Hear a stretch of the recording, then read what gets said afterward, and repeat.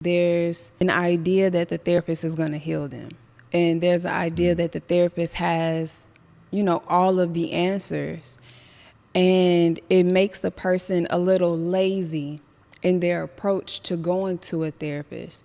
They don't really recognize that they have a job as well. Your first job is to vet your therapist the proper way, to do those spiritual background checks and find out who are you actually talking to? What have they actually worked through within themselves that qualifies them to be able to guide you, hold your trauma, and hold your heart and your karma. My nigga, everything is love, but that on everything I love. Yeah. Peace, beloved.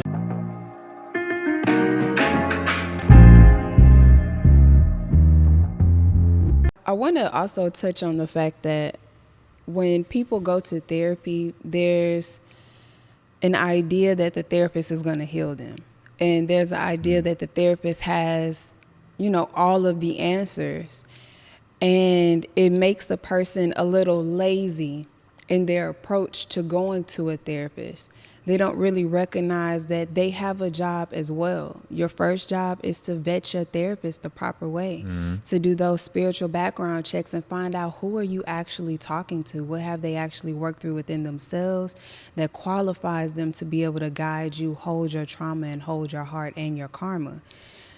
The other job that you have is doing your own self-discovery on who you are.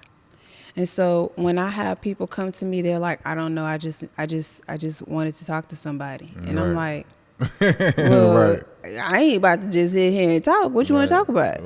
Like, what are you experiencing? What do you feel? What have you noticed? What surfaced in your life? And people be like, I don't know.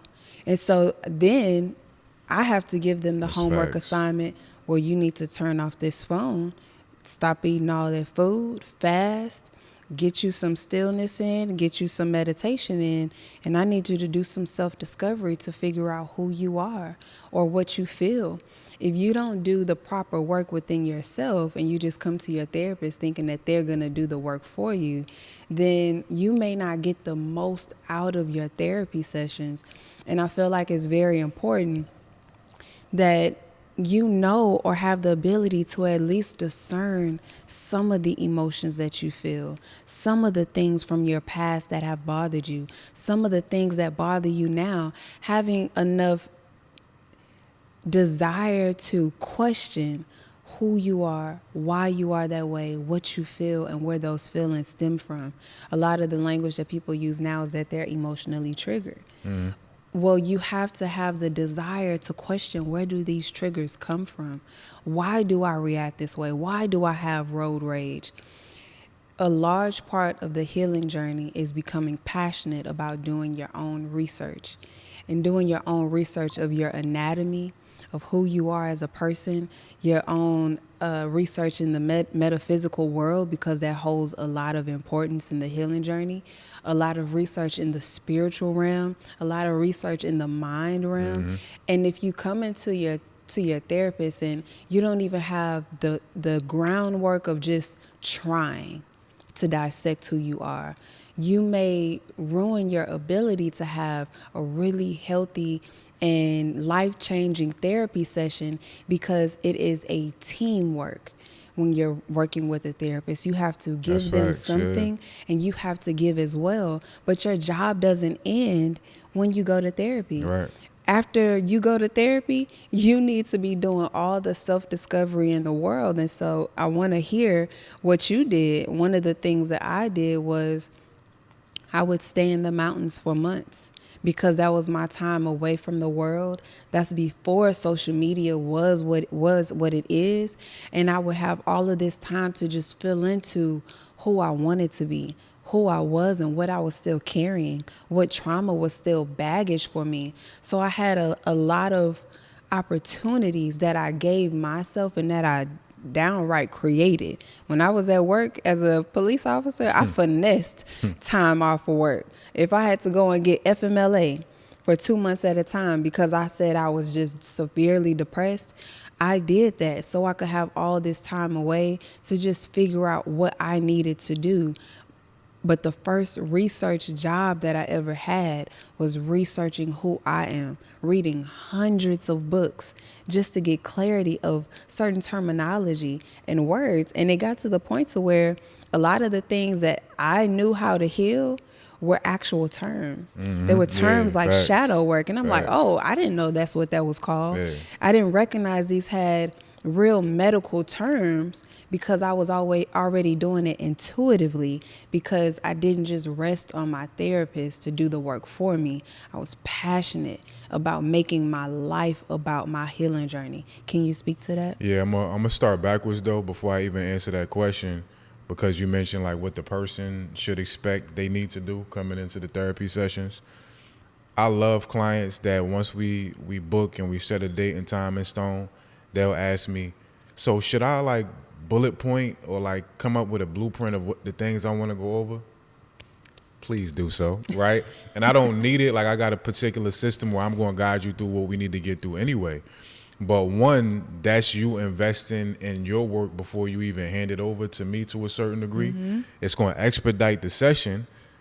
Certain things that if I had to pull blood out of a penny during the session, we're going to have to push it to the next session, which is going to cost you more money, right? Like, Yeah. And that's another thing. A lot of people think therapy is too expensive. Again, that comes down to the therapist you're working with. It's a lot of different forms.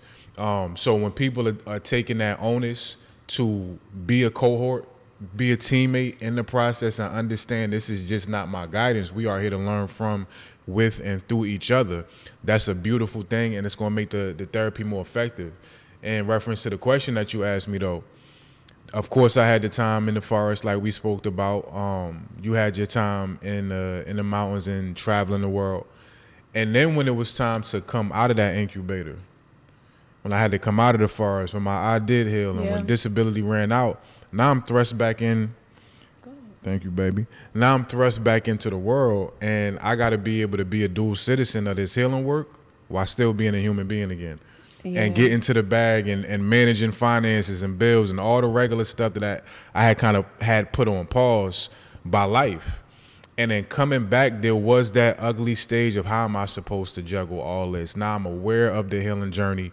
I can't even, not tolerate, but I'm sensitive to certain things that I wasn't sensitive to before, which is even more work now. Yeah. How am I supposed to deal with just society now? And at a certain point, I realized what they were saying in a lot of these spiritual texts, and a lot of them would talk about finding your guru.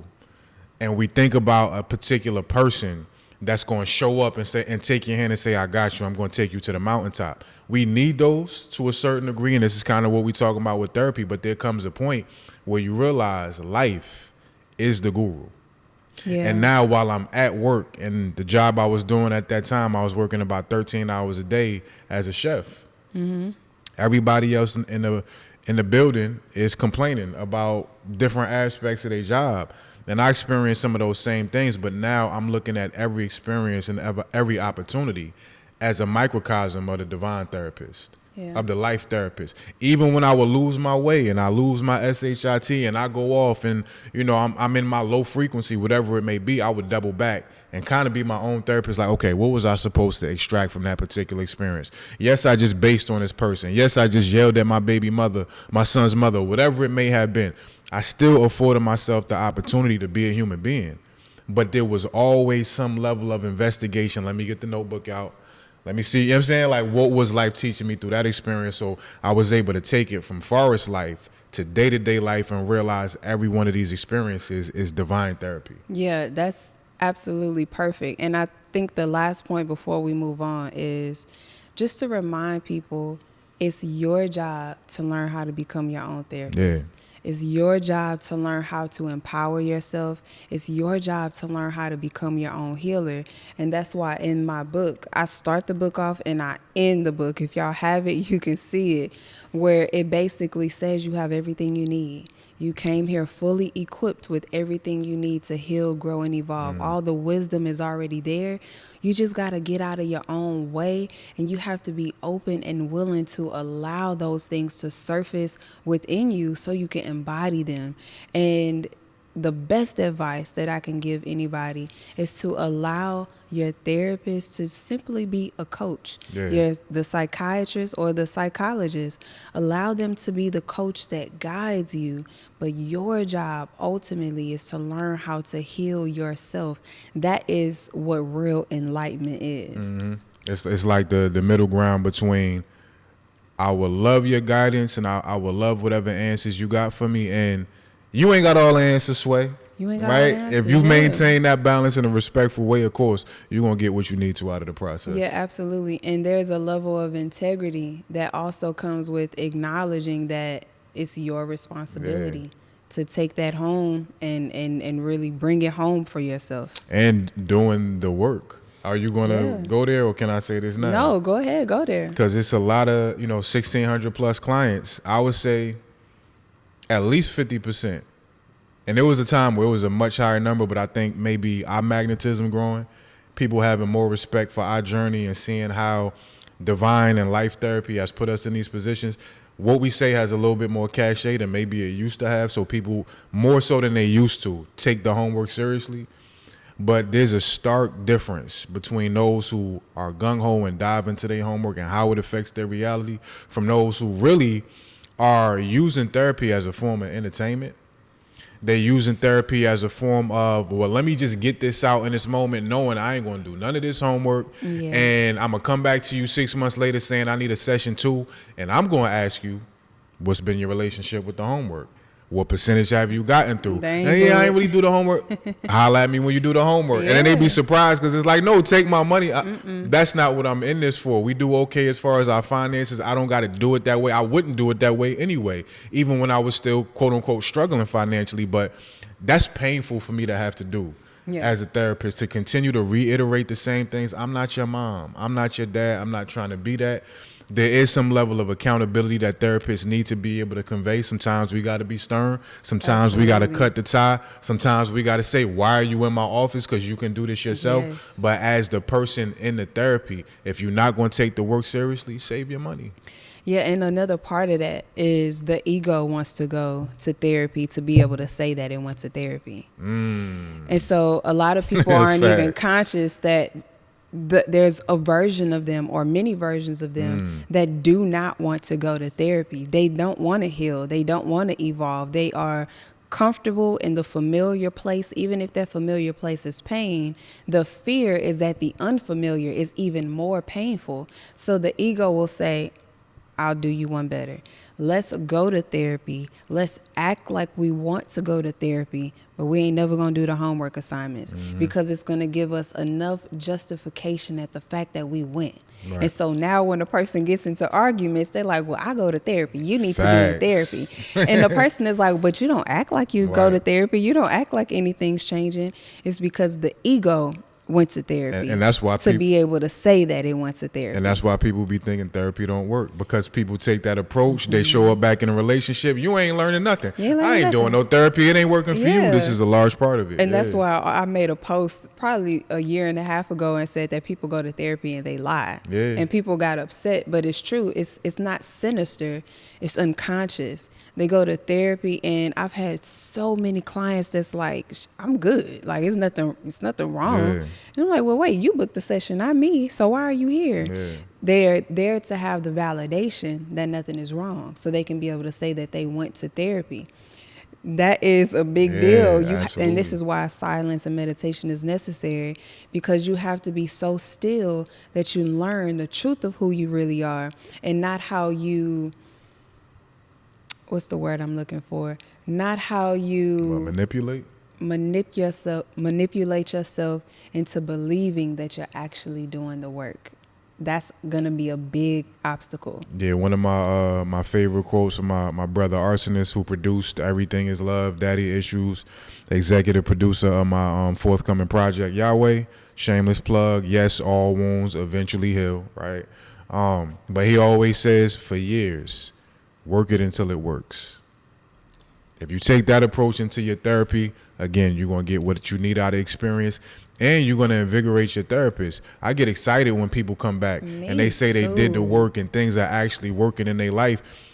I already want to go hard for everybody I work with, but that opens up certain compartments of my consciousness and my spirit that bring even more to the game. That's Because like you share everything with them. Yeah, facts. And then it transcends a therapist-client relationship. Now we tribe for real. Right. Now we community for real. And a lot of the people that I may have started as clients who I've seen them do the work for real, outside of therapy, we having conversations just about life now, because on the level of doing the work, we're now equals. Facts. Yeah. And that's where the aspect of it's no longer therapist client. Yeah. It's like, oh, you doing the work. We the Yeah, same. yeah, we fam now. Right? You know, it's the same. So the last part, and we're going to close it out, is Okay. just giving people the different modalities, because everyone may not feel safe enough to go into a therapy session with a therapist just yet.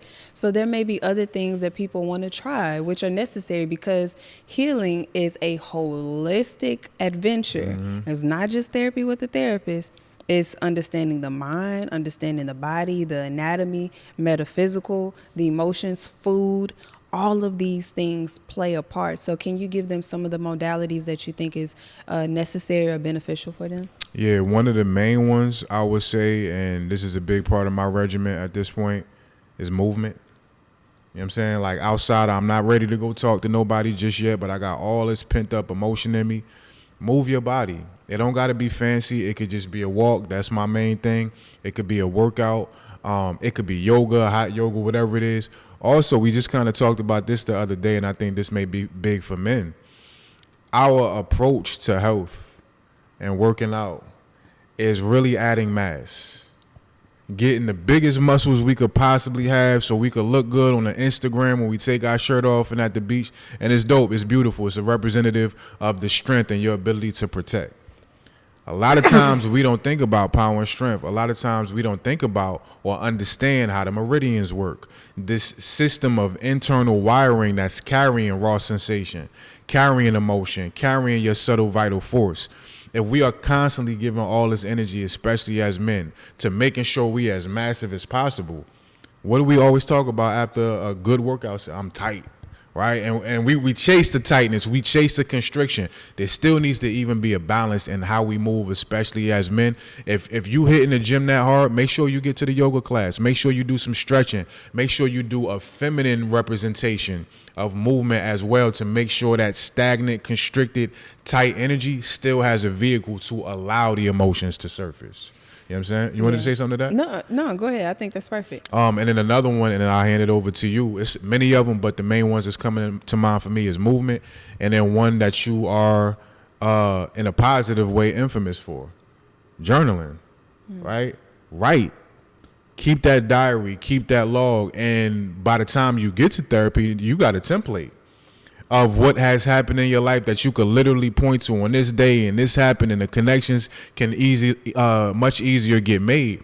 But in the interim, until you are ready for a talk therapy type of session, you just being able to write things, you just being able to identify, saying it, seeing it, there's a release to that, and just you being able to do that process outside of somebody guiding you to the release, just getting it out on a piece of paper. And there's something to the written scribe. There's an energy and a magic to that, still actually putting pen to paper as opposed to going ahead and putting it into your phone or a computer.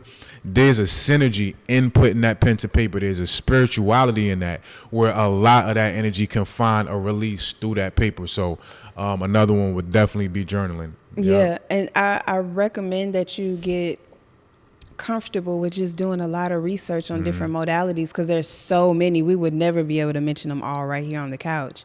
But one that I think is really beneficial that really helped me was deep tissue massage and fascial massage. Yeah. And so like the fascia system is such an intricate part of the body that holds all of the messages and the narratives of suffering. All of that is intertwined in the fascial system.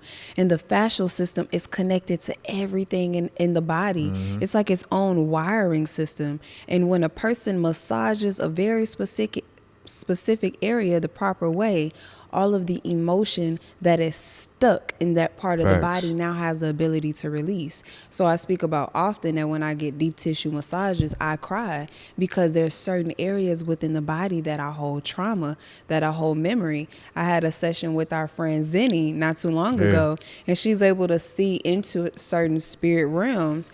And she was able to tell me, because I have a lot of pain in my neck the past month and a half. And she was like, did anybody ever say anything to you that you still carry? And I'm like, I don't think so. She said this was like a mother-like figure, not your mom. And they said something to you, and whatever it was, it's lodged in your neck and you don't even know it. Right. And so you had been massaging my neck over and over again. So it's necessary to also work with the body in these soft but firm ways to get those knots out that are actually words and memories and pains and traumas that you hold on to. Go ahead. And two things to that. You just mentioned Zenny, and we need to have more respect for the spiritual sector. The CDs, the special powers, the clairvoyance, the clairaudience, the clairsentience. We had Zenny, and shout out to Purposefully Zenny on Instagram. She does amazing work. She's done some weekend sessions in Houston, right at our crib, and she's teaching people how to feel into energy. Another one, Honors Yoga, my initiator on this path. He's in the Atlanta area. Is Zenny in Atlanta too? Yeah. Mm-hmm. They both in the Atlanta area. They'll travel to you if you got the coin, but there's something to be said for those who have put those 10,000 hours into things that may look fake to some people. Yeah. I've been in the room where Honors, as I've seen him read chakras and move energy around. These are real sciences as well that need to have more respect put on their name. And then the other aspect of it, don't lose it. Because I'm sending it to you. Because I definitely wanted to send it to him, y'all. Send it to him. 5, 6, 7, 8. You got it. 5, 6, 7, 8. You got it. If you got anything, go ahead. And I feel like it'll come while you speaking. Okay. Last thing. Remember that therapy is a. Oh, okay. I got it. All right, I I didn't even have to go off because I was about to freestyle. All right, I got it back on some freestyle. I got it back. Y'all can calm down. So. Sex. I like this. I like where you're going. You have talked about at our retreats how important the psoas muscle is. You want to give a little bit of context before I say this? Yeah, so your psoas muscle is this aspect of the body that holds the body together. So the bottom half, the top half, and essentially this is where you store most, if not all, of your emotion. So at our retreat, I'll have people do deep exercises with their psoas muscle, and you can watch the videos. It's not a dry eye, because when you work these muscles, when you stretch these muscles the proper way, all the trauma and the pain and the emotion that's stored there now has an opportunity to be released. And then you also, in that area, you got the perineum, which is your pelvic floor, also your energetic floor. And people wonder why they wake up lethargic, unmotivated, uninspired, because we end up bleeding a lot of our prana, our vital force, our chi, our reiki through that perineum because we haven't girded that. So we'll be doing all this work, but you don't know how to gird up that floor, and you lose a lot of what you produce. Then you also got the root chakra and the sacral chakra and emotions and all these different things connected to it. So with all this energy being in the hips area, and we go into these sexual moments with different people, with your mate, however you flex, this is not what this particular statement is about. But I put up the post the other day about the fact that when a woman body may jerk a particular way, or when she's running from the D, men have been conditioned and programmed to think that's a good thing, that I'm big enough to make her run. I'm doing something to make her not be able to take this. A lot of us go into sexual sessions looking for that to boost our manhood. And being where I am now, if I see you make any type of sudden movement, I'm stopping. Yeah, you're like, I'm you investigating. okay? You okay? Does that hurt? Do I need to shift something? So with that opportunity to have all that energy in the hips opening up, I put in the statement when I talked about this, and it's a lot of feedback on my Facebook as well as my Instagram to this post. The last line of it that a lot of people say, yo, that's a bar, is some women don't want to be punished in the bedroom. That's some of the terminology. I punished her. You know what I'm saying? Some women don't want to be punished in the bedroom. Many women want to heal in the bedroom. So one of the main opportunities we have for therapy is our sexual appetite, our sexual regimen. You're going to have sex. If you with somebody that's worth their salt, that you have some type of trust and synergy with, it's not just a one night stand. Even if it is, and y'all got that intention, use those moments to allow the intention of therapy to be there with you in your sexual exchanges. You can send that intention into your psoas, into your hips, into your pelvic floor. Do the same thing with them. Kevin Gates always talks about, I pray before I go into sex. Even if it's a one night stand, take that approach, especially if it's your partner. Use sex for therapy. And I think we can end there. Body bag. I put his body bag in a body bag. All right, y'all. Thank y'all for being present. You can order my book, Remember Who the F You Are. If you'd like to book a one-on-one session for counseling, you can definitely hit me up. Go ahead, baby. And yeah, same thing for me, one-on-one counseling, relationship recalibration, family counseling, as well as meditation, mentoring. I got you on all of that. My music is out right now. Everything is Love, the theme song of our podcast. Make sure y'all support. Daddy Issues and Airplane Mode is the singles that's out right now. Album is on the way. Sasha Flower Skincare. Make sure y'all put those orders in so she could get back to packaging that thing up. So just so I can have some glow in the house, because I've been dry out here without the glow. The best skincare I've ever used, and most people say the same thing that have used that. We still gonna get y'all the information for the retreat at the end of the summer. We're gonna work on that this week. Yeah. Hopefully, inshallah, we can get the flyer out this week. So stay tuned for our retreat at the end of the summer in the Texas area. And I think we good to go. Bye. Peace, y'all. My nigga, everything is love, but that on anything I love. Yeah. Peace, beloved.